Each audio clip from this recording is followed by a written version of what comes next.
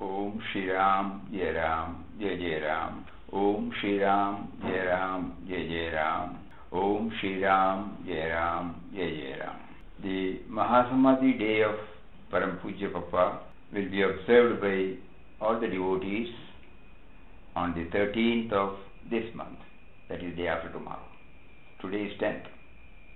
Every year on this day, devotees try to, collectively or individually, chant the holy and all-powerful Ramnam, read a few words of Beloved Papa's teachings from different books. From this we get some sentimental, emotional level satisfaction of having observed the day. But we don't really check whether it has had any impact on our spiritual journey or on our daily life. However, this year, a deep prompting is felt to not let this day go like any other earlier ones. Let us check whether this occasion has kindled any fresh awakening or new aspiration in our hearts. Otherwise, as Pujya Swami Chidanji Maharaj said, it has become only a mechanical routine which we observe year after year, having all the outer frills but empty of content inside. It becomes automatic, repetitive, it takes no further, no higher. Then the very purpose of the day has been lost. So let us all now make a firm resolve that the 58th Mahasamadhi day, and for that matter, all the 7 or 8 important days in a year, should be a different one, in the sense that it should be instrumental in giving a deeper thrust to our sadhana. This thought process which he gave us resulted in triggering some vital thoughts on aspects pertaining to the inspiring life and teachings of Beloved Papa. In our mental diary, such days should stand out with something significant. Then only we feel satisfied. So, we will try to bring out a few points. Samadhi has been defined as the withdrawal of the mind from the created world into the uncreated void. Beloved Papa termed the indwelling and all-pervading reality, the Almighty Lord of the universe, as the great void, right at the beginning of his spiritual journey. Many of us, who have gone through the In Quest of God will find the first chapter. He introduces this Almighty Lord of the universe as great void. This understanding of the great void automatically gave him the required foothold for withdrawing the mind from the created world. Have we ever tried to become aware of the void in our lives lived so far?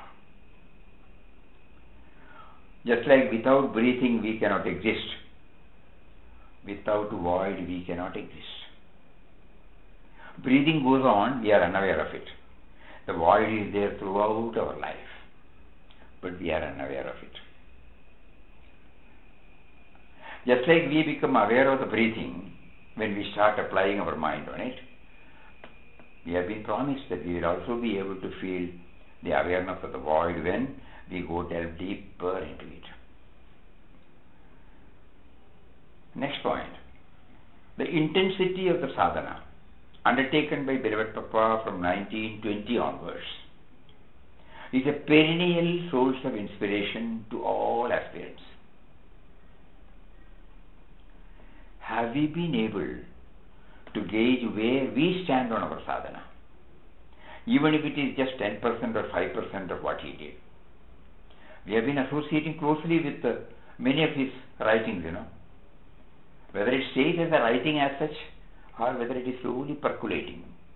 This is the question we are asking ourselves. Number 3, spirituality stands for expansion from individual to universal. Prior to 27th December 1922, Birot Papa was identifying himself with a small circle, his family, Purvashram. Later he transcended that stage to become one with the universal life. To what extent have we been able to expand our love circle? Starting with our family, expanding to those whom we come in contact with.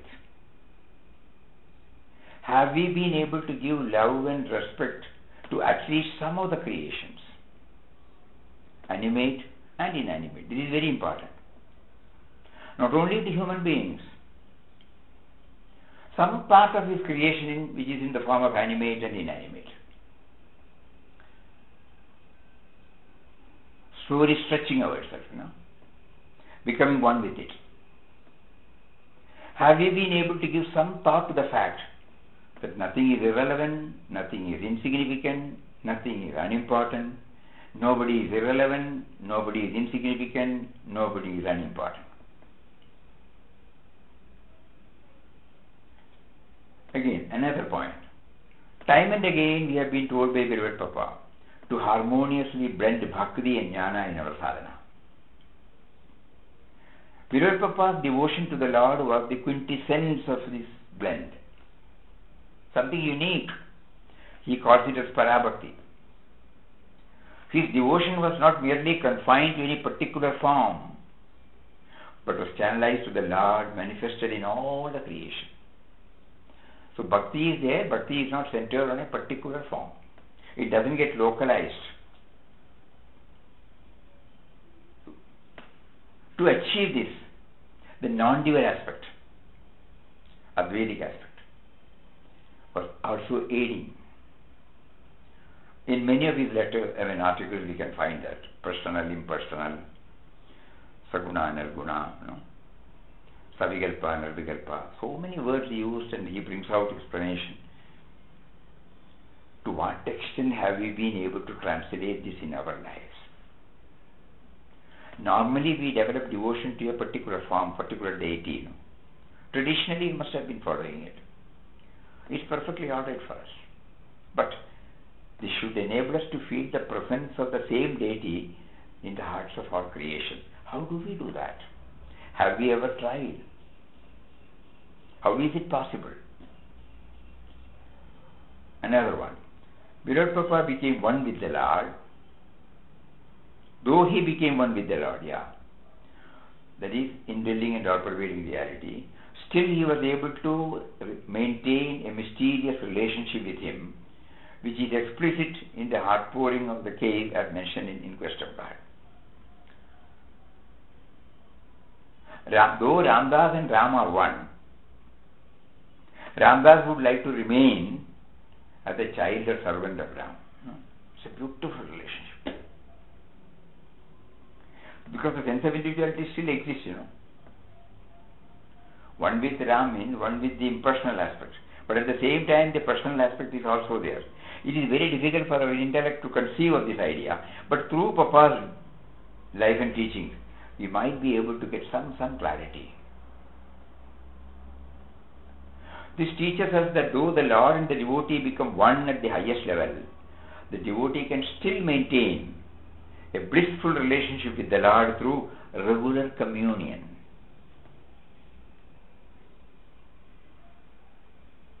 To what extent have we been able to develop this? Especially the heart pourings, when we write, the upper mind and the lower mind, and the reality within. These trio, are visible, explicit in that. So when we try to go through that, some clarity, some clearance will be there. Another point. Total reliance on God was the mainstay of Birot Papa's life. Absolute. There was not an incident in which he did not see the workings of the divine. In our case, have we made an earnest effort to bring in the God dimension as much as possible? Even in a few cases at least, because our sense of individuality is very strong. But at the same time, a repetitive association with Papa's thoughts or Mahatma's thoughts would have definitely helped us. We are now checking up to what extent it has come to stay with us. We cannot cover all the points, but one more point we will take it for the occasion. Beloved Papa had absolute faith in the holy and all-powerful name of God. When he chanted the name, he was also well grounded in the understanding that the chanting of the name itself was made possible because of the indwelling spirit. He was also aware that the name symbolized the indwelling reality which had manifested as all beings, creatures and things in the universe. Although we have been chanting the divine name with all faith and devotion for the past few decades and also deriving some joy out of it, no doubt about it, have we checked up as to what happens to us after the chanting session is over? Is there any tangible sign of progress in becoming aware of the Lord's presence? And is it reflected in our daily lives? That means while chanting, whether the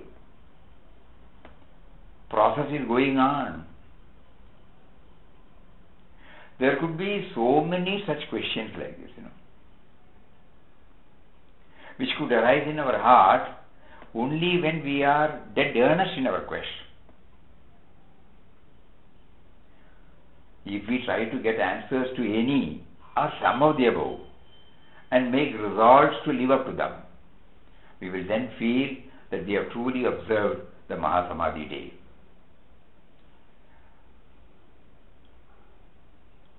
And this experience will definitely help us while observing the rest of the days which have been offered to us. In a year, we all know about 7, no? About 7 days in a year. So that gives us 8, Okay, 8. Papa's Jayanti day, Samadhi day, Sannyas day, Mataji's Jayanti day, Samadhi day, Swamiji's Jayanti day, Samadhi day, and Guru Purnima. So these 7 occasions, not only to be limited to this, Mahasamadhi day. So this will give us, a boost as to how we should how should we derive the maximum benefit from observing all these 7-8 days, the impact of which will remain in the rest of the days. May He who prompted us to think on these lines enable us to derive the maximum benefit from this sort of journey. Hari Om. Om Shri Ram, Jai Ram, Jai Jai Ram. Om Shri Ram, Jai Ram, Jai Jai Ram. Om Shri Ram.